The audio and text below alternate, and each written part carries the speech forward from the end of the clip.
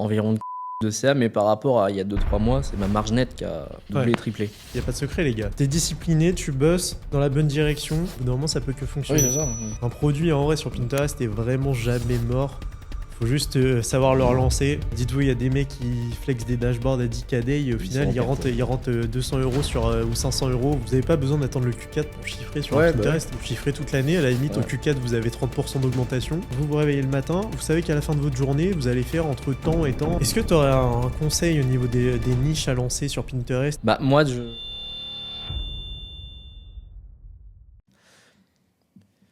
Yo les gars, c'est Comme Guy, j'espère que vous allez bien. Aujourd'hui, on se retrouve pour le 3e podcast sur la chaîne YouTube. Donc aujourd'hui, invité très spécial, invité que je connais très bien puisque je bosse littéralement avec lui tous les jours et en plus de ça, avant de faire de l'e-commerce, c'était déjà mon ami. Donc aujourd'hui, je vous présente Erwan.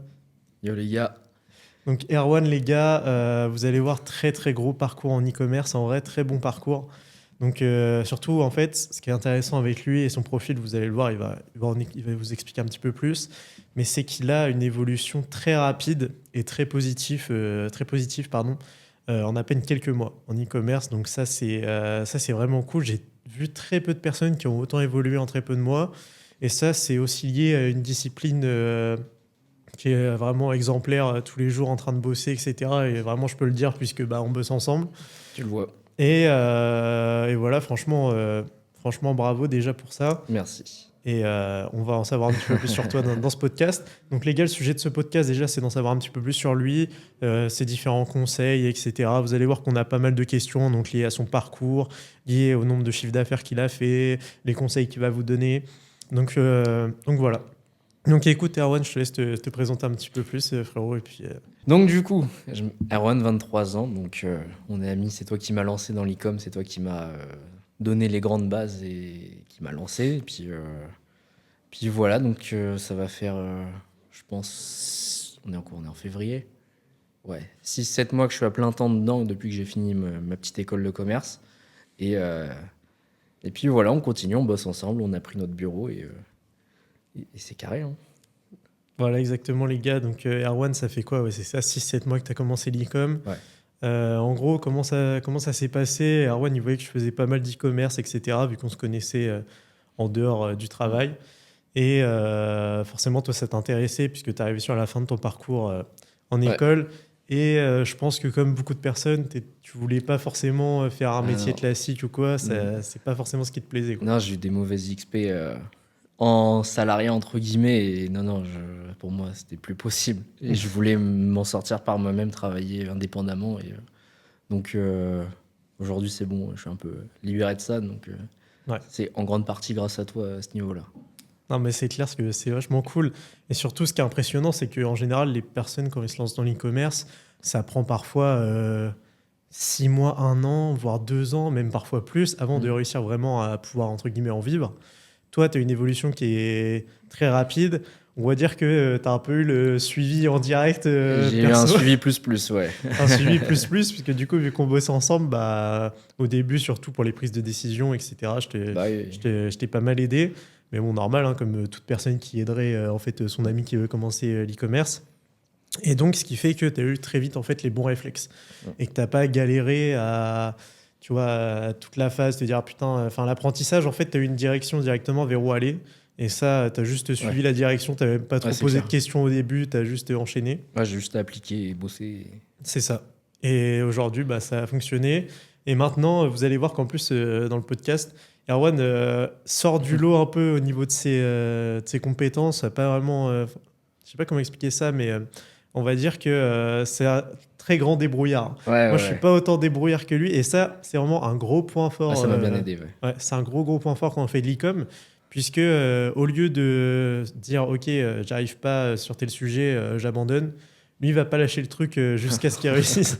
Et dites-vous, je l'ai déjà vu parfois arriver le matin jusqu'au soir 19h, 20h en train de bosser sur le même truc, juste pour essayer de réussir à réduire la taille d'un titre ou ajouter une section sur son site pendant toute une journée. Mais au final, il y a réussi. Et ce qui fait que derrière, C'est ces petites actions qui font que tu sors du lot par rapport à tes autres concurrents, quoi. Là, j'ai appris plein de trucs en e-com, en fouillant, en débrouillant, en bidouillant des trucs et tout. Des fois, j'ai explosé des thèmes Shopify.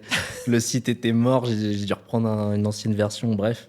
Donc, et puis aujourd'hui, ouais, ça fait que pour des petites choses comme ça, je les applique direct et ouais, c'est clairement une qualité que j'ai.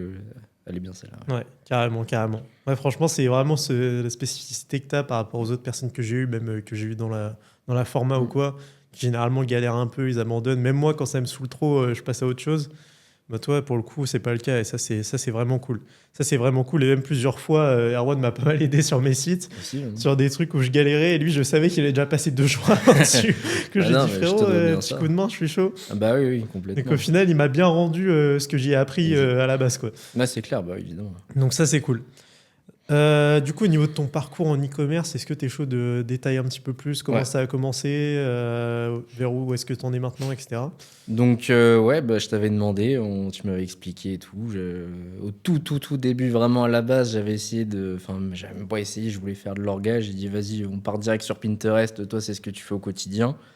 Et donc, j'ai suivi le cercle, le format du cercle. J'ai tout regardé, tous les channels, les vidéos que tu sortais, tout.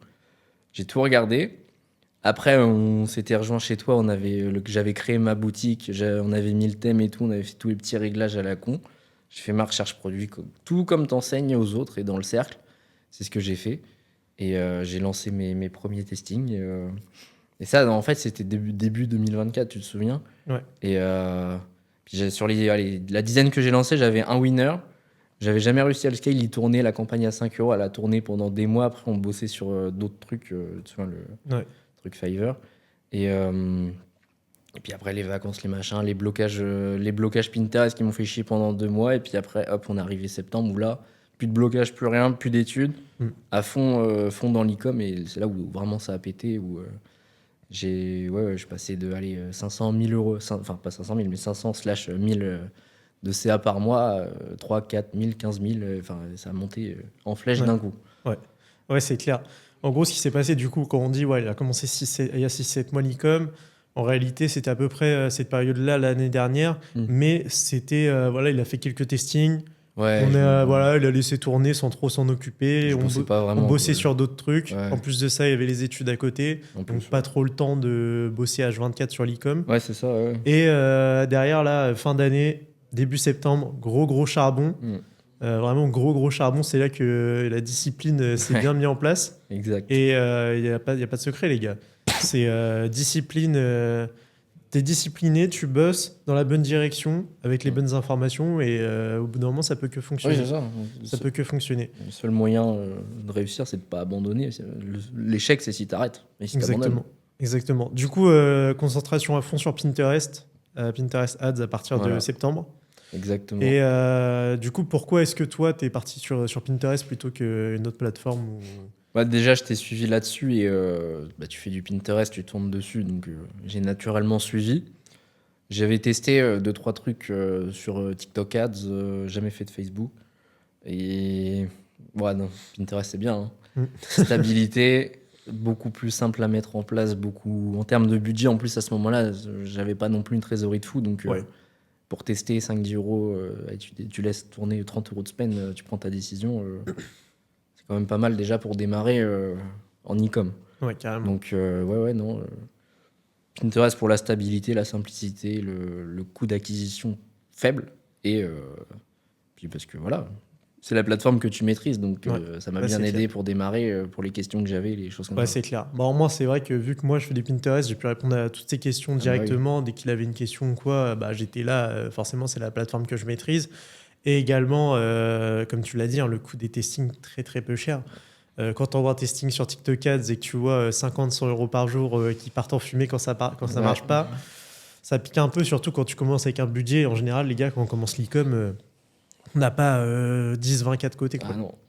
On a certains ont 500 € de côté, certains ont 1000. Déjà, quand tu as 2-3 000, t'es pas mal, tu vois.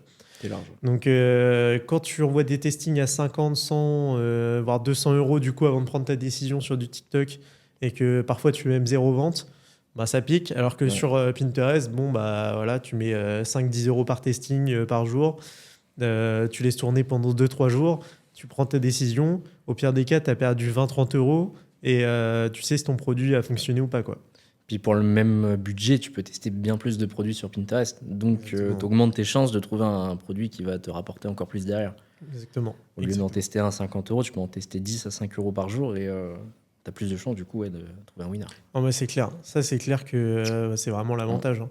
En fait, tu n'as pas de perte de temps. Tu sais que voilà, tu te fais ta liste, tu te fais tes 20-30 produits, tu bombardes les 20-30 produits. Ça va te coûter le prix de 5 testings sur un TikTok ou sur un Facebook. Tu auras testé 30 produits et tu en auras normalement forcément un, deux ou trois qui vont sortir du lot. Si tu as bien fait les choses, bien sûr. Hein, si tu as fait des trucs dégueulasses, bah, c'est comme partout. Hein, tu fais un truc dégueulasse, ça va moins prendre. Surtout en 2025. J'allais dire 2024, mais maintenant c'est 2025. On n'est plus en 2017. Quoi. Donc, faut quand même essayer de faire des trucs un peu plus propres. Mais si tu fais les choses bien, franchement, il n'y a pas de raison que ça fonctionne. Et la preuve. C'est clair. Du coup, voilà, ça a bien évolué. À partir de septembre, ça a commencé à prendre. Là, tu n'as pas lâché depuis. Et donc, tu as une évolution de ton chiffre d'affaires. Là, à peu près, tu es à peu près à combien par mois aujourd'hui là ? Pareil, je suis toujours dans les environ 15 000 de CA, mais par rapport à il y a 2-3 mois, c'est ma marge nette qui a doublé, triplé. Et donc, sachant que je suis en auto et merci le CA, de l'imposition sur le CA qui pique un peu. Même avec ça, j'arrive quand même à avoir une bonne marge nette. Et le CA a fait les montées, il s'est resté stable. Mais par contre, la marge nette, depuis 2-3 mois, continue de bien prendre. Donc ça, c'est cool, ça. Ouais, c'est ça, parce que je t'avais vu monter vers 15-20K de CA par mois. Et je me rappelle qu'au début, tu avais fait un pic à 15K. Et j'étais en mode, putain, 15K, genre, mais au bout de 2-3 mois, j'étais en mode, putain, 15K de CA au bout de 2-3 mois, c'est en clean. Et au final, tu m'avais dit, ouais, ma marge est plus sa mère. J'étais à moins 900 en résultat net. Au final, en résultat net, les gars, c'était négatif. Quoi. Parce que l'imposition sur le CA, ça pique déjà de 1. Et de 2, au début, tu perds beaucoup de marge sur des décisions un peu bêtes au début. En vrai, c'est normal. Ouais, j'ai fait des erreurs. Le mauvais calcul de ROS break-even. On va pouvoir revenir là-dessus après. Mais c'est vrai qu'on fait tous des erreurs. Hein. Mais moi, parfois, je commence une boutique. En plus de ça, c'est quand tu as plus de budget, tu fais encore plus d'erreurs parce que tu es en mode je peux laisser tourner. Quoi. Donc tu fais encore plus d'erreurs bêtement. Mais en tout cas, voilà, c'est ça. Tu es monté vers 15-20K, c'était pas ouf, mais au moins tu faisais du chiffre. Et derrière, tu as cherché à augmenter ta marge. Ouais, et là, tu as réussi à le faire. Et au final, les gars, CA, marge, c'est deux choses différentes. Hein. Ah ouais, vaut mieux faire 10K de CA, 40% de marge que faire 20K de CA, moins 10%.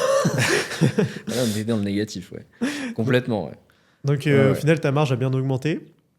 Maintenant, l'objectif, c'est augmenter le CA en gardant la même marge. Exactement, ouais. Garder le même pourcentage de marge nette, enfin, au moins un bon pourcentage, mais faire péter le CA. C'est ça. Donc là, ça m'a permis d'accumuler plein de trésorerie, et là, je sais que je vais pouvoir envoyer et faire péter le CA en gardant une marge bonne, qui va forcément diminuer si j'augmente le CA, mais intéressante, et que on s'y retrouve à la fin. Quoi. Ah ouais, c'est clair. C'est clair. Non, mais honnêtement, moi, je pense que là, ouais, tu vois, on est en février, février, on arrive vers la fin février. Je pense honnêtement que avril maximum, tu tapes un 25-34 CA. Ouais, je pense. Ouais. Et en gardant une bonne marge, je pense, dans les plus de 20%. Tu vois. Donc, hâte de voir ça, en tout cas. Pareil. Là, hâte de voir ça. Et si tu continues à bosser comme ça, dans tous les cas, ça devrait pas bouger. Hein. C'est clair. Ça devrait pas bouger. Ça devrait faire que monter. Surtout en étant sur Pinterest, puisque typiquement, tu aurais continué de bosser comme ça en étant sur un TikTok. À tout moment, tes autres shops, ils tombent, mais du coup, tu dois refaire un autre et repartir un peu à zéro. Quoi. En fait, tu peux monter, faire hop. Que là, Pinterest, l'avantage, c'est que vu que vos shops durent vraiment longtemps dans le temps, vous avez un petit shop qui il fait 5K par mois. Hop, un deuxième qui refait 5K, un troisième qui fait 10K. Et en fait, ça fait que de monter. Bon, à part si vous prenez un DMCA, ce qui peut arriver au cas où il peut y avoir un shop qui saute, ça m'est déjà arrivé. Mais logiquement, votre CA sur le long terme fait que monter en fait.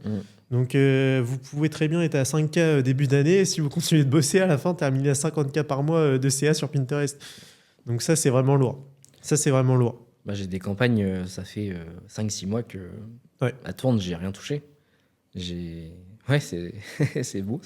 Ouais. Donc, tu rajoutes des briques à ça qui, dans 5-6 mois, pareil, ça monte de manière croissante. Enfin, C'est ça, c'est C'est exactement l'avantage, ouais, c'est la force de Pinterest. C'est l'avantage. Un produit, en vrai, sur Pinterest, est vraiment jamais mort. Faut juste savoir le relancer, Oui, c'est ça. relancer des Relancer un nouvelles petit coup. campagnes. Aujourd'hui, en plus, avec Pinterest, ils ont encore amélioré tout ça. On a des nouvelles fonctionnalités, performance max, etc., qui nous permettent de tester des nouvelles choses et d'avoir de nouvelles campagnes, justement, à scaler. Ce qui n'était pas le cas avant. Avant, on arrivait très bien à le faire sans, mais maintenant, c'est encore plus simple, j'ai envie de dire. Donc, c'est Ouais, hyper cool. l'algorithme et tout, il progresse. Maintenant, Ouais. on met tout en broad et. C'est ça. Ouais, bah ça, c'est un exemple. Ouais. Hein. L'algorithme progresse vraiment. Je sais qu'à l'époque, on devait vraiment sélectionner des intérêts précis pour que Pinterest target un minimum bien les utilisateurs. On ne pouvait pas faire du broad comme sur Facebook. Là, aujourd'hui, on peut faire du broad sur Pinterest. Hein. Full intérêt sélectionné, on lance et Pinterest va savoir où aller. Au bout de quelques euros de semaine, il va savoir où aller, ce qui n'était pas le cas avant. Et donc, franchement, ça, c'est vraiment cool. Ça, c'est vraiment cool. Il y a vraiment une amélioration petit à petit. Ouais, ça progresse petit à petit. Ouais. C'est ça. Je pense que dans 2-3 ans, ce sera encore en train de s'améliorer. Et franchement, c'est vraiment cool. Ouais, c'est clair. C'est vraiment cool. Est-ce que tu aurais un conseil au niveau des niches à lancer sur Pinterest? Est-ce que toi, tu as des niches qui fonctionnent mieux que d'autres? Est-ce que tu en as testé qui, au contraire, n'ont pas fonctionné? Bah, moi, j'ai commencé par un site généraliste classique. Mais là, aujourd'hui, donc j'en ai un sur un des nouveaux marchés Pinterest qui ne sont pas encore sortis officiellement. Et j'ai une boutique fashion, donc vêtements, bijoux. Je pense que pour moi, c'est la plus grosse niche sur Pinterest, le fashion. Je crois qu'il y a une part de gâteau énorme à prendre Ah ouais, clairement. entre le nombre de marchés, le nombre de niches au sein même de la niche fashion. Et après, on sait que décoration, ça marche bien. Pour l'instant, je n'ai jamais expérimenté cette niche, mais on le sait, ça se voit vu le nombre de shops qu'il y a. Quand on regarde sur Pinfinder, le nombre de recherches de sites de décoration. Et là, je suis en train de rechercher, et j'ai fait une recherche prod là, sur une niche beauté. J'aimerais bien me lancer dessus, tout ce qui est cosmétique, tout ça, parce que pareil, les gens ils vont sur Pinterest pour s'inspirer, pour regarder, tiens, comment je vais m'habiller, tiens, comment je peux être au mariage, comment je peux être habillé, comment je peux être maquillé. Donc, toutes ces niches-là, il y a beaucoup de recherches et tu peux attirer un trafic beaucoup plus qualifié parce que les gens, ils vont aller sur Pinterest pour ça. Donc, j'ai trouvé pas mal de shops. Là, j'en ai chopé un. Attention à lui, j'arrive. Non, mais c'est clairement ça. Il y a des niches vraiment qui sortent du lot sur Pinterest. Ouais. Et l'avantage de la niche fashion par rapport à une niche déco ou quoi, c'est que là, vous allez être vraiment sur des produits déjà qui vont pouvoir tourner toute l'année. Énormément de sous-niches, que ce soit des bijoux, des accessoires, genre gants, écharpes, etc., peu importe. Ouais. Ou alors même des vêtements en t-shirt, peu importe. Hommes-femmes fonctionnent aussi bien. Les hommes fonctionnent très bien en vêtements sur Pinterest, il faut le savoir. Des gros winners qui vont tourner sur les produits pour les hommes en fashion. Et surtout, ce qui est très fort dans cette niche-là par rapport à une autre niche, c'est que c'est une niche qui est, en plus de ça, très forte au niveau des saisons. C'est-à-dire qu'il y a des demandes qui apparaissent constamment. En fait, les autres niches décoration, par exemple, la déco, la demande va être à peu près pareille toute l'année. Alors que sur une niche fashion, on va arriver l'été, énormément de demandes sur des robes, sur des hauts légers, etc. On va arriver l'hiver, énormément de demandes sur des manteaux, sur des chaussures, des chaussons même, etc. Même l'été sur des claquettes. Enfin, en fait, c'est une niche dans laquelle il y a constamment des nouvelles demandes. Et donc, en fait, votre shop, il peut faire que de monter, quoi. Donc ça, c'est très, très fort comme niche. Et je pense que c'est pour ça que c'est une des top niches aussi sur Pinterest. Hein. Et dans tous les cas, c'est pas compliqué. Les gens viennent sur Pinterest pour s'inspirer. Et sur quoi les gens veulent s'inspirer le plus? À quoi ils ressemblent en général. Donc, c'est pour ça que fashion et beauté, c'est les deux plus grosses niches. Ouais. Je dirais que c'est vraiment les deux plus grosses niches. Décoration, c'est pareil, c'est une énorme niche. Santé aussi, très grosse niche. Sport aussi. Ouais. Mais je pense honnêtement que fashion, beauté, c'est la fusée, on va dire. C'est tout droit. Aussi, ouais, tu le vois au nombre de shops, au nombre de produits qui tournent. Je pense qu'il y en a 2 sur 3, ça va être à ces niches-là. Carrément. Ouais. Pour faire le test, les gars, c'est pas compliqué. Vous allez sur Pinfinder, vous mettez le reach en descending, vous faites entrer et vous allez voir tous les produits et vous allez voir que c'est presque que du fashion et de la beauté au début, quelques produits de déco et après sinon des grosses marques forcément qui balancent du budget. Mais en tout cas au niveau du drop, c'est vraiment ça. C'est ça. Donc ouais. En tout cas, grave cool. Au niveau des niches, moi, franchement, j'aurais dit pareil que toi. Genre, je me serais aussi basé là-dessus. Après, il y a d'autres niches, bien sûr, qui sont bien. Ouais, c'est sûr. Donc, en vrai, je pense qu'aujourd'hui, il y a 2-3 ans en arrière, lancer n'importe quelle niche sur Pinterest, ça aurait été très compliqué. À part les niches déco, beauté, fashion. En dehors de ça, c'était très compliqué. Aujourd'hui, il y a beaucoup de sous-niches qui se sont beaucoup développées. Typiquement, rien que la niche de l'art, des arts, par exemple, genre juste voilà, ou alors, je sais pas, de la peinture, etc. Rien que ça, il y a 2-3 ans, c'était compliqué de tourner là-dessus. Maintenant, il y a des shops qui tournent dessus sans souci, quoi. Donc, si vous tournez sur Facebook, sur TikTok, etc., franchement, Pinterest, ça peut être un bon complément et ça peut vite vous augmenter en fait 30%, 40% de votre CA. Et surtout, ça va vous apporter une stabilité comme un Google toute l'année. Ouais. Ce qui fait que vous n'êtes pas stressé en fait sur Pinterest. Vous vous levez le matin, déjà, vous n'êtes pas en mode putain, est-ce que mon shop il a sauté à cause de Facebook, à cause de TikTok? Déjà, ça n'existe pas. Est-ce que mes CPM, ils ont fait x5? Ça n'existe pas non plus. Vous vous réveillez le matin, vous savez qu'à la fin de votre journée, vous allez faire entre temps et temps, avec une variation peut-être de 20% de CA. Mais en fait, vous savez que toute l'année, vous allez avoir minimum temps qui va rentrer, quoi. Ouais. Donc ça, c'est vraiment, surtout quand on est entrepreneur et que on vit avec ce qu'on fait, c'est une vraie stabilité qui est vraiment rassurante, quoi. Là, par rapport au Q4, moi, mes campagnes et mon chiffre d'affaires, il a presque pas bougé. Alors, évidemment que Noël et tout, il y avait plus d'achats et c'était sûr. Ouais. Mais finalement, je reste sur la même lignée. Hein. Ouais, c'est ça. C'est ça. Vous n'avez pas besoin d'attendre le Q4 pour chiffrer sur un Pinterest. Vous chiffrez toute l'année. À la limite, au Q4, vous avez 30% d'augmentation. Ouais, un petit boost. Et si vous boostez vos mails, vos SMS, bon, ça peut monter un peu plus. Black Friday et tout. Mais au final, c'est pas lié à du Pinterest, quoi. C'est simplement lié à la période qui va faire augmenter un petit peu, quoi. Mais ouais, c'est clair. C'est clair. Est-ce que tu as un conseil à donner à quelqu'un qui voudrait se lancer en e-com ou sur Pinterest? En e-com, un truc que j'ai pas fait, c'est aller à l'essentiel et la loi de Pareto. C'est 20% effort, 80% résultat. Alors évidemment, avoir passé des efforts, ça m'a permis d'apprendre, de découvrir certains trucs qui me servent aujourd'hui. Mais là, demain, si je me mets à ta place et qu'il y a un mois qui arrive et je lui dis tiens, je vais te former à l'e-com, je lui dirais d'aller à l'essentiel et voilà, boutique simple, efficace, structure carrée, simple, efficace qui vend, tu vois. Tu mets en place ça, tu trouves 10, 20, 30 produits, tu les lances par 5, t'analyses et voilà, juste vitesse. Tester. Ouais. Plus vite tu vas tester tes produits, plus vite tu vas trouver un produit qui va gagner et qui va te rapporter de l'argent et qui va compenser même les autres que tu as testés avant. Et puis peut-être que dans 3-4 mois, ce produit-là, tu tourneras encore et tu en auras peut-être trouvé 5-6 autres. Et aller à l'essentiel, être efficace, pas perdre de temps et voilà. Ouais, c'est ça, en fait, au lieu de tout faire parfaitement dès le début, c'est de tout bien lisser, tous les coins, etc.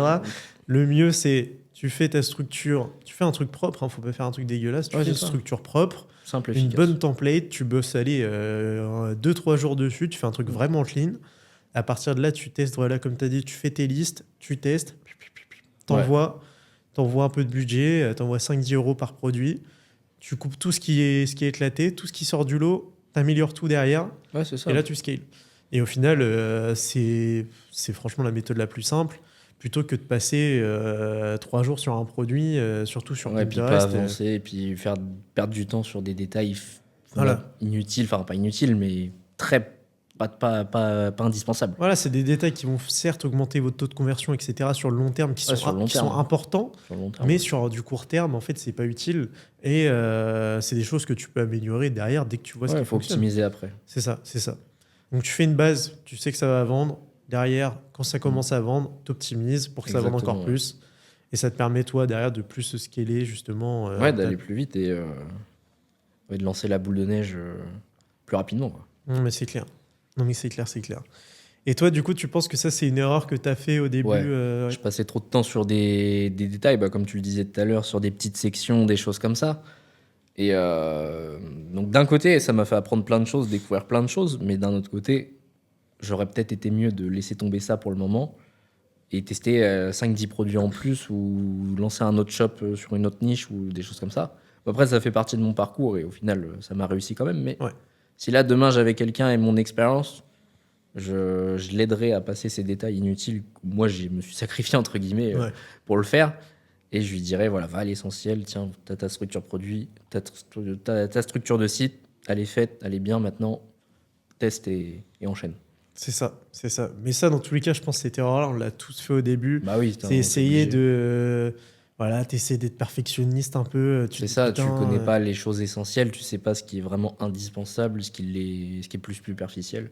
Ouais, c'est ça. T'es obligé de passer par là. En fait, le design de ton site, qu'il soit bleu, qu'il soit rouge, on s'en fout. Le mieux, c'est d'avoir juste une offre qui va donner envie d'acheter, quoi. Ouais, c'est donc, ça. après, certes, qu'il soit bleu, qu'il soit rouge, bah, tu verras sur le long terme pour qu'il soit plus beau. Mais pareil pour ton logo, ça, c'est un truc de fou, ça. On va revenir là-dessus. Les logos, au début, tu passes 1 heure, 2 heures, même, je connais des gars, ils passaient 2-3 jours sur un logo, mec. Putain. Genre vraiment pour vraiment le détail, le truc sur Photoshop, ou alors ils prenaient un designer et tout. Les gars, le logo, on s'en fout. Je vous assure que 80% des mecs qui font Nicom, à part, bon voilà, mais sur le coup, demande sur la base de leur boutique, ils vont sur Canva, ils marquent en gros le nom du truc en noir, ils trouvent une police qui passe, ils font télécharger leur logo, en 10 minutes, il est fait. Si vous passez plus de 30 minutes sur un logo, vous perdez votre temps, clairement. Ouais, non, ça j'ai jamais trop perdu de temps. Non, mais non, porte mal le bas de ton cas. Mais... Non, je sais, mais j'aurais pu faire partie de ces gens-là, mais non, ça va. Mais ouais, non, le logo. Des fois, je mets même pas de logo, genre juste la police Shopify, elle passe bien. Ouais. Quand tu mets pas un fond noir, tu mets un fond d'une autre couleur, des fois ça passe bien, ça suffit comme ça. Ouais, carrément. Mais ça, c'est un truc, c'est quand même important. Mais voilà, je parle du logo, mais ça peut être le site, ça peut être la police du site, ça peut être tous les détails, en fait. Tous ces détails-là qui sont un peu superficiels, en vrai, on s'en fiche un petit peu. Le mec, il voit un produit, il va pas cliquer sur votre site, dire putain, la couleur du site, pas ouf, je vais pas acheter, tu vois. Alors, s'il tombe pas sur un rose flashy, normalement, ça devrait pas trop le choquer, quoi. Ça devrait pas trop le choquer. Si c'est sobre, c'est bon. Donc, ok, par rapport à ça, est-ce qu'il y a d'autres erreurs, toi, que tu as fait justement auparavant Il y a aussi, quand j'ai commencé à avoir beaucoup de CA, les ROS break-even, sachant que sur le marché où je vends, le coût d'envoi de produits est très cher. Ouais. J'avais des produits ROS 2,4. Je me disais, putain, trop bien, ROS 2,4, vas-y, je laisse tourner. Et j'étais pas rentable. Entre le coût produit, les frais Stripe, les frais Shopify, les retours, les retours, les litiges, parce que ça fait partie du jeu aussi. Au final, et puis l'URSSAF, on les embrasse. Au final, j'étais pas rentable. Du coup, j'ai pris tous mes produits, j'ai calculé ROS break-even et j'en ai cut, je pense que j'ai dû cut 3-4 produits qui au final me faisaient perdre de l'argent.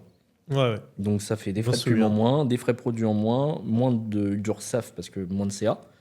Mais du coup, la marge nette, elle a commencé à décoller. C'est ça, en fait, ton CA, peut-être, il va faire 5K en moins sur le mois, mais ta marge nette, elle va faire plus 3K d'un coup. Ouais. Donc, c'est ça. Perso, vaut mieux toujours viser la marge nette, les gars, on s'en fout vraiment du CA, vous prenez pas la tête. Ouais. Dites-vous, il y a des mecs qui flexent des dashboards à 10 KD et au final, ils rentrent 200 € ou 500 €, voire ils sont break-even sur ça. Bon, après, c'est toujours intéressant pour choper de la data, etc. Si on est sur une vision long terme. Sur le long terme, ça. Sur de la marque, sur des marques, c'est toujours intéressant, mais sur du drop où ton shop, il va faire 3 mois, on s'en fout, quoi. Ouais, complètement. On s'en fout. Et voilà, si on peut être rentable en cold, autant essayer de le faire. Ce sera beaucoup mieux. Donc ça, ouais, c'est clair. Faut bien regarder le produit. Si tu vends, moi, c'était le produit qui me faisait perdre de la thune, c'était le petit pistolet aspirateur, tu vois. Ouais. Donc en vrai, avec l'expérience, tu te dis ce produit-là est assez gros, électronique. Bon, lui, tu regardes sur 1688 vite fait. Ouais. Tu dis, ok, lui, il va coûter 20 balles. Et tu vois que sur le site, tu le vends à 30 balles. Là, tu dis, ah non, c'est pas possible. Ouais, c'est ça. C'est pas possible. C'est ça, parce que parfois, tu peux avoir un ROS 3-4. Au final, tu vas faire une marge de 2 € par vente. En mode, bon, est-ce que ça vaut vraiment le coup de risquer le truc à le laisser tourner pour 2 € par vente pour 5 ventes par jour autant le couper, quoi. On va perdre son temps à calculer le ROS break-even de chaque produit. Ouais. Mais avoir l'œil vite fait et se dire, bon, lui, à mon avis, il faut que je vérifie. Il me paraît un peu cher à envoyer. C'est clair. Bon, pour ceux qui débutent, au cas où qui regardent le podcast, ROS break-even, en gros, ça correspond au ROS. En gros, c'est le retour sur investissement publicitaire que vous allez avoir. Et en gros, si vous voulez, c'est un peu un système de ratio. Pour ceux qui ont joué à Call of Duty, vous allez comprendre ça. Ouais, c'est ça. Par exemple, vous faites 50 € de vente, mais vous avez dépensé 10 € en pub. Alors, vous allez vous diviser les deux. Et donc, en gros, vous avez fait x5. Donc, vous avez fait EUROS 5 sur votre produit. Et en général, il y a toujours un minimum à avoir pour en fait être rentable entre l'envoi du colis, le prix du produit, etc., etc. Et donc en général, on essaie toujours d'avoir le ROS break-even le plus bas possible. Donc si on arrive à avoir un ROS break-even dans les 1, tant mieux, c'est mieux. Et après, en général, lorsqu'on est au-dessus de 2 de ROS, on est souvent rentable. Mais il y a des fois, ça peut ne pas être le cas sur certains marchés, comme tu l'as dit. Où est-ce que justement les coûts des envois peuvent être beaucoup plus chers, ça peut être galère. Et là, à partir de là, soit on target des ROS beaucoup plus haut, soit on passe à autre chose tout simplement. Ouais. C'est ça. Ok, par rapport à ça, par rapport à Pinterest, du coup, toi, ton plan dans les prochains mois, c'est vraiment continuer sur cette lancée-là sur Pinterest. Ça. Là, j'ai réussi à accumuler pas mal de trésorerie, donc là, j'ai de l'avance, entre guillemets. Enfin, j'ai de la marge aussi. Donc là, renvoyer du testing sur mon site fashion, scale, tester d'autres créas, scale en dupliquant mes campagnes actuelles. Et là, je me dis pas, putain, j'ai que 1000 € sur le compte, si je duplie ça, machin, dans 3 jours, ça va me coûter 300.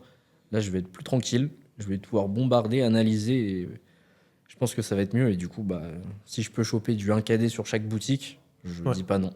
Ouais, clairement. Franchement, je dis pas non. Et je sais que je peux le faire parce que il y a plein de produits à tester, il y a plein de créatives à tester, il y a plein de choses à faire pour en arriver là. Clairement. D'ailleurs, on le voit, l'exemple, Emeric qui était venu, qui était à ta place là il y a un mois, qui me disait exactement le même discours. Je vais scaler mes boutiques. Et qui, 2 semaines après, monter ses boutiques à 1KD. Donc, voilà, faut que je fasse la preuve. Donc, clairement, tu es sur la même lancée. Et en fait, c'est que ça. Hein. Après, ça fait que d'évoluer. Et ça continue comme ça.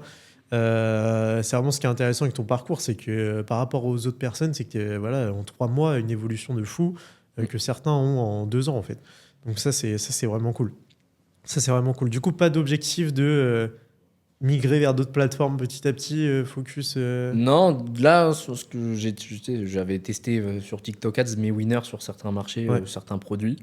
Donc pourquoi pas tenter aussi Facebook. J'aimerais bien juste découvrir, voir comment ça marche pour la curiosité. Donc juste tester mes winners. Je sais que ce produit-là marche sur tel marché, sur la plateforme publicitaire, pour un peu pour la science et même pour si ça marche derrière, tant mieux, ça ramène du CA.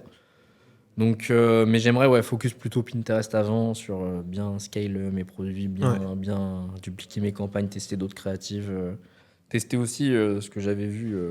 Tu prends ton produit, tu prends des produits similaires, presque le même produit mais pas le même. Et tu testes aussi ça. Et il y a un gars sur Twitter, j'avais vu, qui fait ça. Et sur les 10 qu'il a lancés, il a pris 4-5 winners d'un coup. Ah ouais, non mais c'est clair. Donc, plein de choses à faire à ce niveau-là que je vais faire sur Pinterest. Ouais. Toujours énormément de choses. Hein. Même quand vos produits tournent, les gars, il y a toujours des trucs à faire, à améliorer, à tester. Il y a énormément de choses à faire. Et c'était BX qui disait ça. T'étais pas là, mais c'était à la convention du Hate Lab. Je sais plus c'était quand, fin de l'année dernière, je crois.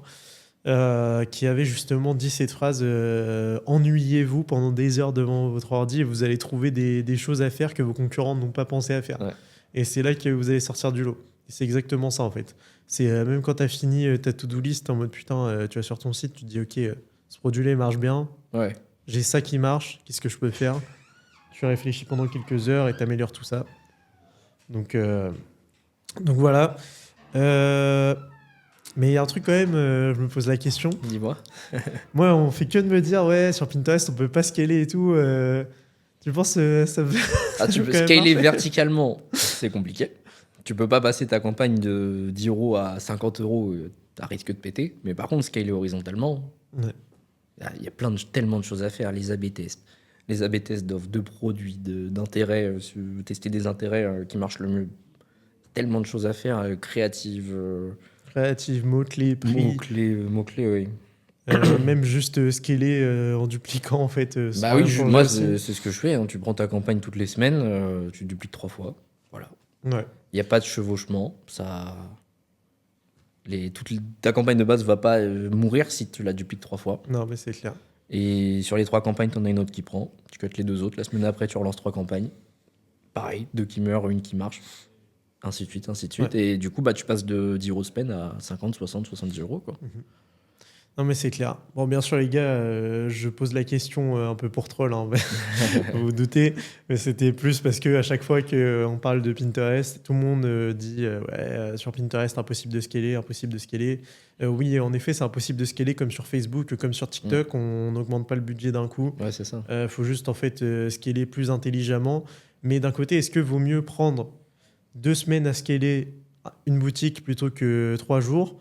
Mais du coup, que la boutique dure 1 an, 2 ans, que scaler en 3 jours, mais qu'elle dure 1 mois. Moi, perso, je préfère prendre 2 semaines, mais qu'elle dure 2 ans. Parce que là, tu fais ça, mais tes campagnes qui prennent vont continuer de tourner c'est ça. Pendant des semaines, des mois. C'est ça, exactement. D'ailleurs, on avait le cas la dernière fois avec Coco qui nous disait que son produit, son premier winner... Bon, d'ailleurs, vous l'avez tous vu si vous avez déjà fait du Pinterest, du moins si vous avez Pinfinder, qui tourne encore actuellement, alors que ça fait 2 ans qu'il tourne dessus. 2 ans qu'il tourne dessus et le produit, il l'a terminé, mais il l'a pas terminé dans un pays, il a terminé en worldwide, le produit. Ouais. Il a fait un reach, je pense qu'il a dû faire 100 millions de reach au total avec son produit. Ouais, il doit être dans les premiers qui apparaissent. Alors. Donc, ouais, clairement, c'est vraiment big. Donc, écoute, dernière question à te poser, là, qui est un peu plus pour moi, on va dire. Vas-y. C'est quoi ton avis sur le cercle? Est-ce que tu as un avis positif, négatif? Je pense que c'est plus positif. Mais est-ce que tu recommanderais du moins à quelqu'un qui commence de rejoindre? Qu'est-ce que tu recommanderais en fait? Moi, quand j'ai rejoint le cercle, c'était au début où vraiment je connaissais rien, tu vois. Donc en parallèle de toi qui me suis et qui me guide. Et non, il y a plein de gars investis qui chiffrent, qui parlent, qui donnent les nouvelles techniques, les nouvelles stratégies, ce qu'ils ont testé, qui a marché, qui n'a pas fonctionné. Moi, j'avais des questions au début, des trucs comme ça. Des fois, je les posais sur le cercle. Et il y a plein de gars très actifs qui répondent tout le temps. Et ça m'a bien aidé. Aujourd'hui, c'est moi qui réponds des fois aux questions qui peut aider les gens. Donc c'est cool. Donc non, franchement, c'est super. Il y a plein de mecs qui chiffrent. Et franchement... je recommande à fond, tu vois. Ouais, parfait, merci à toi en tout cas. Mais c'est vrai que ça, c'est un point important que tu as mentionné. Là, c'est au niveau des personnes qui répondent dans le chat et qui donnent eux-mêmes leur stratégie. Ouais. Ça, c'est un truc de fou parce que même moi, qui de base, c'est moi qui avais fait la formation, quoi. Je l'ai proposé à tout le monde. J'ai donné mes stratégies, en fait. Eh bien... ça m'arrive parfois qu'il y ait des personnes, que ce soit Émeric, que ce soit même d'autres personnes que vous ne connaissez pas, qui ne sont pas passées dans ce podcast, qui eux donnent des stratégies qu'ils utilisent, qui sont des choses que même moi, je n'ai jamais essayées. Ouais, et au final, même moi, j'apprends des choses en fait, de base dans la propre formation que j'ai créée. Donc ça, c'est vraiment cool. Il y a vraiment un échange de valeurs. Il n'y a pas de concurrence où on se donne pas les informations. Tout le monde s'entraide. Tout le monde s'entraide. Et de toute façon, le marché est tellement énorme sur Pinterest que même si on est... même si on est 100 mecs à charbonner la plateforme, il y aura toujours de quoi manger. Oui. Donc, c'est tellement de produits, tellement de niches. C'est ça, tellement de... Il y a des millions de produits, il y a des centaines de niches différentes, il y a des millions et des millions d'utilisateurs. Ouais. Donc rien que si tu targetes en worldwide, tu vas target 500 millions de personnes. Donc bon, il y a un petit peu le temps, on va dire, de charbonner tous les produits un par un. C'est clair. Donc non, franchement, super.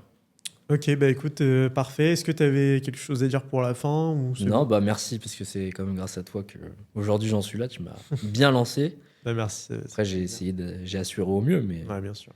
Tu m'as mis sur le chemin, tu m'as dit allez, va là-bas, c'est tout droit. Et j'avais juste à avancer, marcher. Puis aujourd'hui, je peux en vivre et on bosse ensemble et ça, c'est génial. Parfait. Merci à toi, frérot. En tout cas, un grand plaisir de bosser avec toi tous les jours. Vraiment, les gars, franchement, si vous pouvez avoir quelqu'un comme ça, un proche à vous, qui charbonne dans le même objectif que vous, même pas forcément bosser sur les mêmes boutiques, parce qu'on bosse chacun sur nos boutiques, mais simplement un objectif commun pour se pousser tous les jours, je peux vous dire que ça motive vraiment.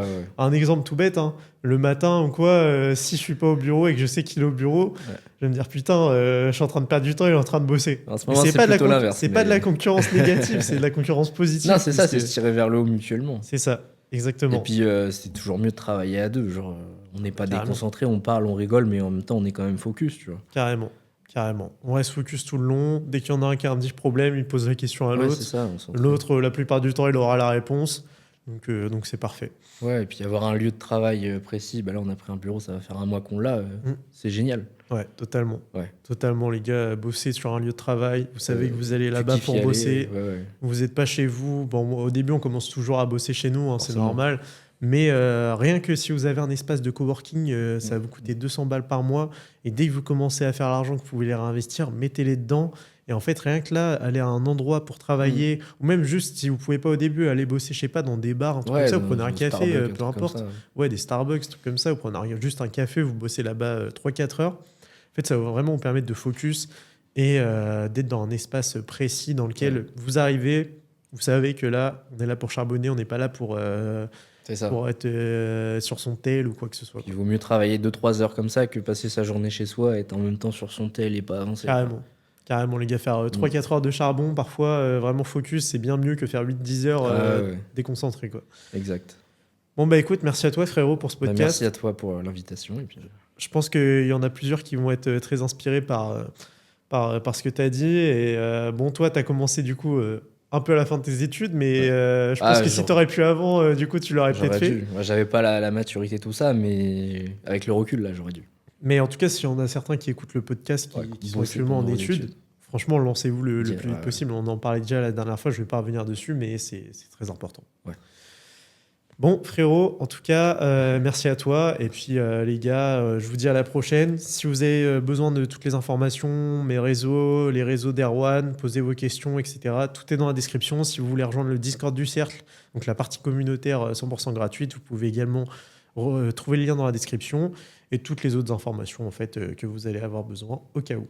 N'hésitez pas à nous laisser un commentaire pour nous dire si vous avez des recommandations, quoi que ce soit pour les prochains podcasts, ou même si vous avez aimé, tout simplement, ça fait toujours plaisir. C'est le 3e épisode et on compte pas arrêter là. On va avoir de différents invités. Donc là, on est vraiment focus sur Pinterest, mais par la suite, on va se développer vers d'autres entrepreneurs en fait, qui ont également eu beaucoup de succès.